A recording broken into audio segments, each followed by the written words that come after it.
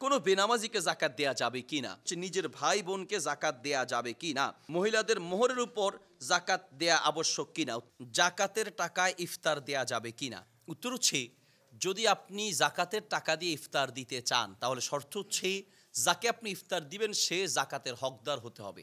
আমভাবে ইফতার অনুষ্ঠানের আয়োজন যদি জাকাতের টাকা দিয়ে করা হয়, তাহলে সেখানে অনেক ধনীও আসতে পারে এবং যারা জাকাতের উপযুক্ত, জাকাত খাওয়ার উপযুক্ত নয় এমন ব্যক্তিও আসতে পারে। তাহলে এইভাবে জাকাতের টাকা দিয়ে ইফতার দেওয়া যাবে না। মূলত জাকাতের টাকা দিয়ে দেওয়াই উত্তম। বাকি কোনো গরিব মিসকিন যদি আপনি দেখেন সরাসরি টাকা দিলে সে হয়তোবা এই টাকা পাওয়ার পরে সেটা নষ্ট করে ফেলবে, তার দরকার হচ্ছে কিছু খাবার দাবার, তাহলে আপনি ওই যিনি উপযুক্ত তাকে ইফতার, সাহারি বা অন্যান্য কোনো খাবার আপনি কিনে দিতে পারেন। তবে সেই খাবারটা কিনে তাকে মালিক বানিয়ে দিতে হবে। এখন ইফতারের আয়োজন করে আপনি ব্যবস্থা করলেন, সেখানে গরিব আসবে, ধনী আসবে, তাহলে সেটা দিয়ে জাকাত আদায় হবে না। মহিলাদের মোহরের উপর জাকাত দেয়া আবশ্যক কিনা? উত্তর হচ্ছে হ্যাঁ। মহিলারা মোহরানা হিসেবে যে টাকা পাবে, এই টাকা যেহেতু মহিলাদের মালিকানায় রয়েছে, আর সেই টাকা যদি জাকাত পরিমাণ সম্পদের মালিক হয়ে থাকে, অর্থাৎ জাকাতের নেশাব পরিমাণ হয়ে থাকে, 7.5 ভরি স্বর্ণ বা 52.5 ভরি রূপার দামের সমান যদি হয়ে থাকে, তাহলে তাকে জাকাত দিতে হবে। এক কথা বলতে গেলে মহিলাদের মোহরানার টাকার উপরেও জাকাত আবশ্যক হয়। নিজের ভাই বোনকে জাকাত দেয়া যাবে কি না? নিজের ভাই বোনকে জাকাত দেয়া যাবে কি না? উত্তর হচ্ছে নিজের ভাই বোনকেও জাকাত দেয়া যাবে, যদি ভাই বোন উপযুক্ত হয়ে থাকে।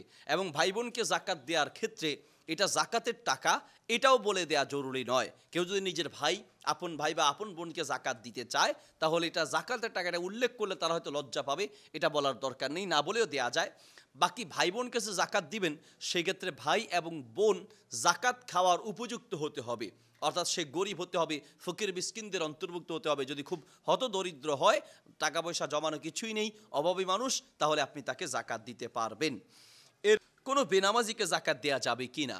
উত্তর হচ্ছে, কোনো বেনামাজি একদম নামাজ পড়ে না, তাকে জাকাত দেয়া যাবে না। কারণ যে নামাজ পড়ে না মানে সে নামাজ অস্বীকার করার মতো অবস্থা। অর্থাৎ যে একেবারেই নামাজ পড়ে না, জীবনে কোনোদিন নামাজ পড়ে না, এই লোকটা সে মুসলিমদের অন্তর্ভুক্ত হলে সে মাঝে মাঝে হলেও পড়তো। কেউ যদি মাঝে মাঝে পড়ে, মাঝে মাঝে পড়ে না, আমরা মনে করি যে সে হয়তো অলসতার কারণে পড়ে না, বাকি সে ইমানদার। এখনই মাঝে মাঝে পড়ে, মাঝে মাঝে পড়ে না, এইরকম ব্যক্তিকে আপনি চাইলে জাকাত দিতে পারবেন, কিন্তু জাকাত দেওয়া উচিত 5 ওয়াক্ত নামাজি দিনদার দেখে। একদম নামাজ পড়ে না এরকম ব্যক্তি আপনি জাকাত দিতে পারবেন শর্ত সাপেক্ষে। সে শর্ত হলো, যদি আপনার এই জাকাতের টাকা পাওয়ার পরে আপনি মনে করেন যে সে নামাজ শুরু করবে বা শর্ত দিয়ে দিলেন নামাজ পড়তে হবে, এইভাবে তাকে দ্বীনের পথে আনার জন্য মুআল্লাফাতা কুলুবিহিম যেটাকে বলে, ওই উদ্দেশ্যে যদি হয়, তাহলে আপনি জাকাত দিতে পারেন। স্বাভাবিক অবস্থায় বেনামাজিকে জাকাত দেয়া উচিত নয়।